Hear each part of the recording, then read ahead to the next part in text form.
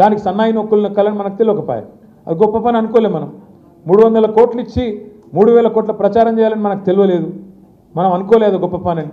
ఇంకా ఘోరం ఏంది అంటే, ఇంకా ఘోరం ఇలా మనం మర్చిపోతున్నాం. ఇగో కాంగ్రెస్ చేసిన 3 మోసాలు, 6 గ్యారంటీలు, అందులో 3 మోసాల గురించి నేను చెప్తాను మీకు. ఇగో చూడుర్రి, చేయూత, ఇక్కడ వెనక రాహుల్ గాంధీ బొమ్మ, ఇది గ్యారంటీ కార్డు, కాంగ్రెస్ వాళ్ళు ఇంటింటికి వచ్చిన గ్యారంటీ కార్డు. ముసలోళ్ళకు 4000 పెన్షన్ ఇస్తాం, ఇక మా అక్క చూపెడుతున్నది. ఇగో ఇక్కడ మహాలక్ష్మి నెలకు 2500, పిల్లలకు యువ వికాసం 5 లక్షలు. ఎంతమందిని మోసం చేశారు చూడిగో. ముసలోళ్ళకు 4000 మోసం. ఇప్పటికి 20 నెలలు అయింది కాంగ్రెస్ ప్రభుత్వం వచ్చి. ఒక్కొక్క ముసలమ్మకు ఎంత బాకీ ఉన్నాడు రేవంత్ రెడ్డి? ఎంత బాకీ ఉన్నాడు లెక్కలు రావా? 20 × 2000 కాదురా అయ్యో, 2000 20 × 2 కదా, 40,000 బాకీ ఉన్నాడు. 2000 వస్తున్నాయి కదా, అంటే అందులో కూడా 2 నెలలకు కొట్టిండు అనుకో, 2 నెలలకు కొట్టిండు, అవి కూడా కలుపుకుంటే పెరుగుతుంది. అట్లే మరి పిల్లలకి ఎంత బాకీ ఉన్నాడు? మరి 5 లక్షల భరోసా కార్డు ఇస్తా అన్నాడు, స్కూటీలు ఇస్తా అన్నాడు, ఆడపిల్లలకు 2500 ఇస్తా అన్నాడు. మరి 20 నెలలు × 2500 అంటే ఎంత? ఒక్కొక్క ఆడబిడ్డకి ఎంత బాకీ ఉన్నాడు? 50,000 బాకీ ఉన్నాడు. ఇది మనము ఎంత సిగ్గులేని వాళ్ళు అంటే ఈ కాంగ్రెస్ వాళ్ళు. ఇగో రాహుల్ గాంధీ ఫోటో పెట్టి గ్యారంటీ కార్డు, ఇది క్రెడిట్ కార్డు లెక్క ఇవ్వడం చూస్తే నిజంగానే మోసపోవాలి. నిజంగా చూడిగో, ఒక స్మార్ట్ చిప్ పెడితే ఇలా పోయి గీక్కోవచ్చు అన్న కథనది. అట్లా పెట్టి మొత్తానికి అందరినీ ఇగో మహాలక్ష్మి 2500 అని చెప్పి రంగురంగుల కార్డులు ముద్రించి ఆయనత అరిచేతుల వైకుంఠం చూపెట్టి ఓట్లే ఎంచుకున్నారు. 20 నెలలు అయింది. ఏమైంది మరి 20 నెలల్లో? వికారాబాద్లో భూముల రేట్లు బాగా పెరిగినాయా? మీరు అందరూ అవద్దని చెప్తున్నారు, బాగా పెరిగినాయి. రేవంత్ రెడ్డి చెప్తుండు. ఇగో మీరన్నా తప్పు చెప్తుండాలా లేకపోతే రేవంత్ రెడ్డి అన్నా తప్పు చెప్తుండాలా నాకైతే తెలియదు. ఆయన రోజు చెప్తుండు అంతా బాగుంది, అందరూ సంతోషంగా ఉన్నారు, రంగారెడ్డి జిల్లాలో అయితే అసలు రోజు పండుగ చేసుకుంటున్నారు, మొత్తం వికారాబాద్ జిల్లా అంతా పండుగ చేసుకుంటున్నారు అని చెప్తున్నాడు. నేనేమంటున్నా సింపుల్, నేను మొన్న సిరిసిల్ల పోయినా,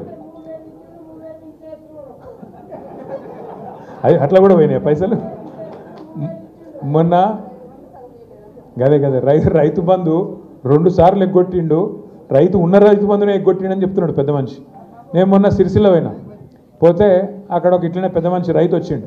ఏం తాత ఎట్లున్నావు, బాగున్నావా, ఏం సంగతి అంటే, ఏం బాగుండు పాడైంది, అసలు పాలిచ్చే బర్రెని ఆయన తెచ్చిపెట్టి తన్నే దున్నపోతుంది తెచ్చుకున్నాం, ఏం పాడైంది ఇది అంటే ఎంత ఒకటే మాటలు చెప్పిండు. 20 నెలల కాంగ్రెస్ పరిపాలన గురించి ఒకటే ముచ్చట్లు అందంగా చెప్పేసిండు. పాలిచ్చే బర్రెను పక్కకు పెట్టి ఎగిరి తన్నే దున్నపోతుంది తెచ్చుకున్నాం, ఏం చేయాలి అన్నాడు. అంతకంటే ఏం చెప్పాలి? నేను ఒక్క వర్గం అన్న మోసపోకుండా ఉన్నది ఆ కాంగ్రెస్ వాళ్ళ చేతుల్లో. ముసలోళ్ళకి ఏం చెప్పిండు రేవంత్ రెడ్డి గారు?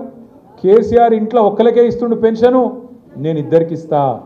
ఇంట్లో ముసలయ్య ఇద్దరికి ఇస్తా, 4000 ఇస్తా, సోనియమ్మ చెప్పింది అన్నాడు.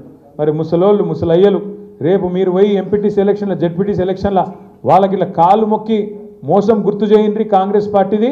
ఎవడన్నా కాంగ్రెస్ వాడు ఓటు అడిగేందుకు వస్తే అదే కట్ట మడత పెట్టి తప్పకుండా ఏం చేయాలనో అది చేస్తారు. అట్లే రైతులు ఉరుకుండ్రి, 2 లక్షలు తెచ్చుకోండి, నేను సంతకం పెడతా అన్నాడు.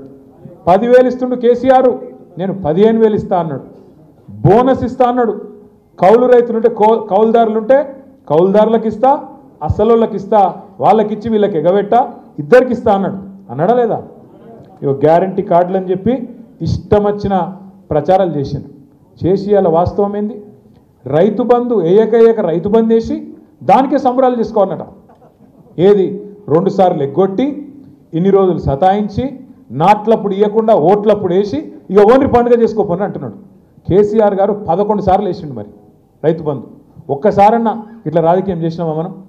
రైతులకు న్యాయం చేసినామా లేదా అని ఆలోచించడం తప్ప రాజకీయము దాని ఓట్లకి ఎట్లా వాడుకోవాలి ఆ ప్రయత్నం చేయలే. ఏయక 20 నెలల్లో ఒక్కసారి వేసి రైతు బంధు దానికంటే సంబరాలు చేసుకోండి. 300 కోట్ల వడ్డీ లేని రుణాలు ఇచ్చి సంబరాలు చేసుకోండి. ఇంకా బాకీ ఎంత ఉందో చెప్పరు.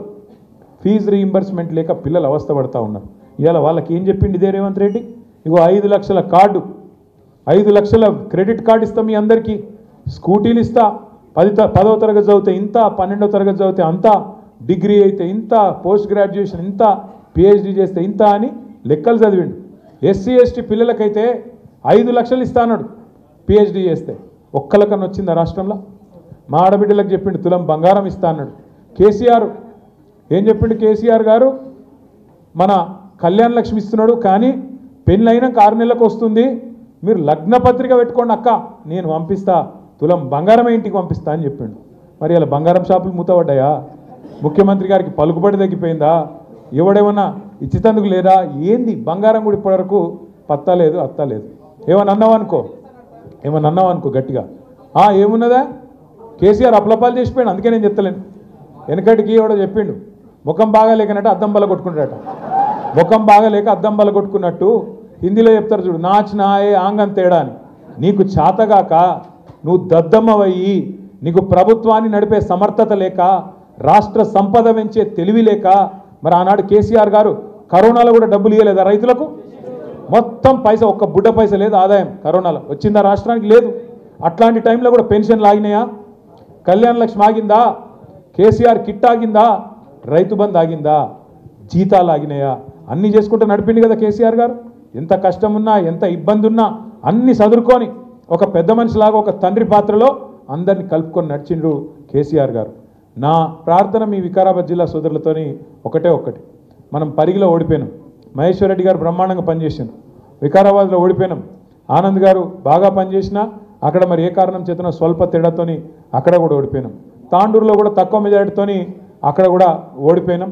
మన వికారాబాద్ జిల్లాలో మళ్ళీ తిరిగి అట్లాగే కొడంగల్లో కూడా మనకు కొంత నష్టం జరిగింది. ఈసారి వికారాబాద్ జిల్లాలో ఒక్క సీటు కూడా కాంగ్రెస్ పోకుండా పూర్తి స్థాయిలో మళ్ళీ గులాబీ జెండా ఎగిరే విధంగా చేసుకోవాల్సిన బాధ్యత, పట్టుబట్టి పనిచేయాల్సిన బాధ్యత మన మీదనే ఉన్నది. ఎందుకంటే ఏం కోల్పోయినరో మీకు తెలుసు. ఒక రకంగా మనకు మంచి జరిగింది. ఎందుకంటే అప్పుడప్పుడు చీకటి చూస్తేనే వెలుగు విలువ తెలుస్తుంది. అట్లనే గుర్రం విలువ తెలవాలంటే గాడిదలను కూడా చూడాలి.